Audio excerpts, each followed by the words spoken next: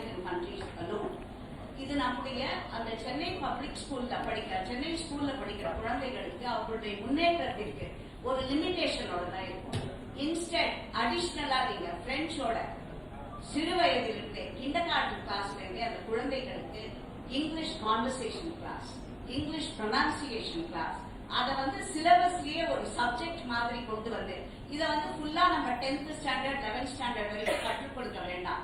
அந்த குழந்தைகளுக்கு நம்ம 7ஆம் கிளாஸ் 8ஆம் கிளாஸ் வரைக்கும் இதை கற்றுக் கொடுத்து விட்டோம் என்றால் அதுவே அவங்களோட ஃபியூச்சர் சக்சஸுக்கு நல்லா இருக்கும். அவங்க இன்டர்வியூ அட்டென்ட் பண்றதோ இல்ல உயர்கல்வித்துறை IIM IIT ஆர் அவங்க வேலை விஷயமாக மல்டிநேஷனல்ஸ் அந்த மாதிரி எல்லாம் ஜாப் இன்டர்வியூக்கு அவங்க போகும்போது அவர்களுடைய தன்னம்பிக்கையே இது செய்து கொடுங்கள் அப்படின்னு கேட்கிறாங்க. ஆனால் my request is please consider this also along with the French consulate-ஓட MOU போட்டுருக்கீங்க. What are the financial implications of that? If அது ஃப்ரீயா இருக்குமானாங்க நம்ம இதே பிரிட்டிஷ் கவுன்சில் கூட we can sign an MOU where the IELTS அந்த மாதிரி பரீட்சைகளுக்கு அது குழந்தைகளுக்கு உதவியாக இருக்கும். இது நிச்சயமாக இந்தியால ஒரு ஃபர்ஸ்ட் அட்டெம்ப்ட் ஆகும். நீங்க அதை தமிழ்நாடு ஒரு பெருமைப்படத்தக்க விஷயம் இந்த அரசாங்கத்துக்கு. பிரெஞ்சுன்னு அடுத்து இங்கிலீஷ் பத்தி பேசினேன். நீங்க எப்பவுமே அடுத்து காங்கிரஸ் கேட்டா அவரோட லாட்டின் மொழி கற்றுக் கொடுக்கலாம் அப்படிமாங்கன்னு நினைக்கிறேன்.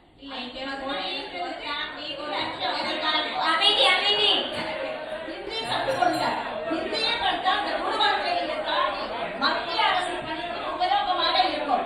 IAS IPS போன்ற மத்திய அரசு பணிகளுக்கு இந்த ஹிந்தியை கற்றுக் கொடுத்தால் அதுக்கு சார்ஜ் கூட இல்லை. ஹிந்தி பிரச்சார சபா மூலமா அதுவும் ஃப்ரீயாகவே கற்றுக் கொடுக்கும்.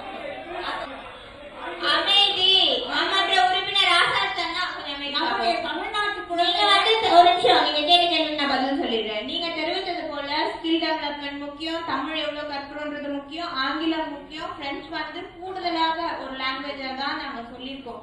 அதே போல பிரெஞ்சு எல்லாருமே படிக்கணும் அப்படின்னு நாங்க திணிக்கல.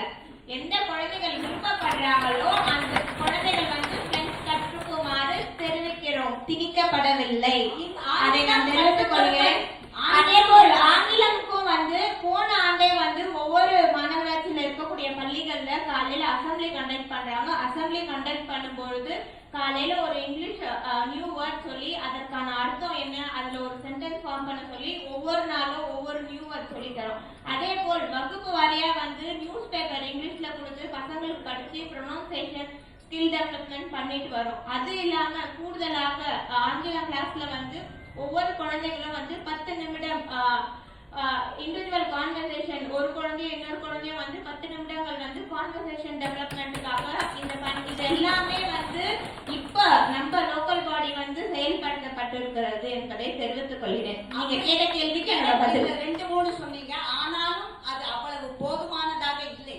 அதை சிலபஸ்ல ஒரு சப்ஜெக்டாவே எடுங்க. so that when they go for higher studies it will be useful. அது நிச்சயமாக நீங்க சொன்னதெல்லாம் படிக்கிறதெல்லாம் படிச்சாலும் நானே ஒரு குழந்தை 2-3 குழந்தைங்க படிக்கும் பொழுது அந்த ஹிந்து பேப்பர் அந்த யங் வேர்ல்ட் அதெல்லாம் படிக்கும் பொழுது பார்க்கும் பொழுது அந்த intonation and pronunciation is not up to the mark for those children to face the interview. So நான் இதை குற்றமாக கூறுகிறேன்.